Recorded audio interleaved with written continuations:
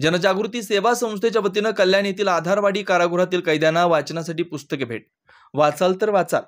Mobile, PDF, electronic media, कॉम्प्युटरच्या या युगात वाचन संस्कृती कमी होत चालली.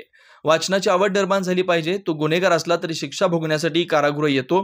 कारागृहातील अशा कैद्यांचा वेळ जात नाही. कारागृहातील कैद्यांचा वेळ सत्कारणे लागावा म्हणून सामाजिक क्षेत्रात उत्कृष्ट कार्य करणाऱ्या जनजागृती सेवा संस्थेच्या वतीनं कल्याण येथील आधारवाडी कारागृहातील कैद्यांसाठी पुस्तके भेट देण्याचा कार्यक्रम नुकताच संपन्न झाला. सर्वप्रथम जनजागृती सेवा संस्थेचे अध्यक्ष गुरुनाथ तिरपणकर यांनी उपस्थित मान्यवरांची ओळख करून दिली. त्यानंतर कल्याण आधारवाडी कारागृहाचे उपाधीक्षक यूपी पाटील, वरिष्ठ पोलीस निरीक्षक अभिजित कोळी यांच्याकडे संस्थेच्या वतीनं दिवाळी अंक, प्रवास वर्णन, ललित लेख संग्रह, काव्यसंग्रह, कथासंग्रह अशा विविध प्रकारची पुस्तके सुपूर्द करण्यात आली.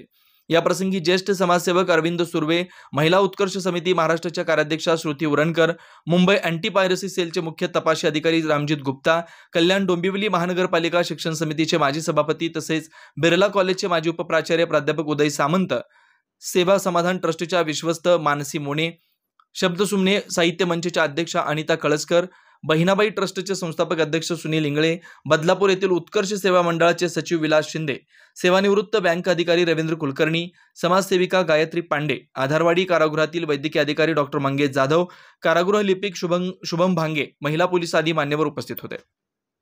कारागृह उपाधीक्षक यूपी पाटील यांनी कारागृहातील वास्तव, दिनक्रम, कार्यशैली या संदर्भात सविस्तर माहिती दिली. तसेच वरिष्ठ पोलीस निरीक्षक अभिजित कोळी यांनीही पहिल्यापासूनच संस्थेला योग्य ते सहकार्य व मार्गदर्शन केलं. उपस्थित मान्यवरांच्या वतीनं कल्याण डोंबिवली महानगरपालिकेचे माजी शिक्षण समिती सभापती तसेच बिर्ला कॉलेजचे माजी उपप्राचार्य प्राध्यापक उदय सामंत यांनी मनोगत व्यक्त केलं.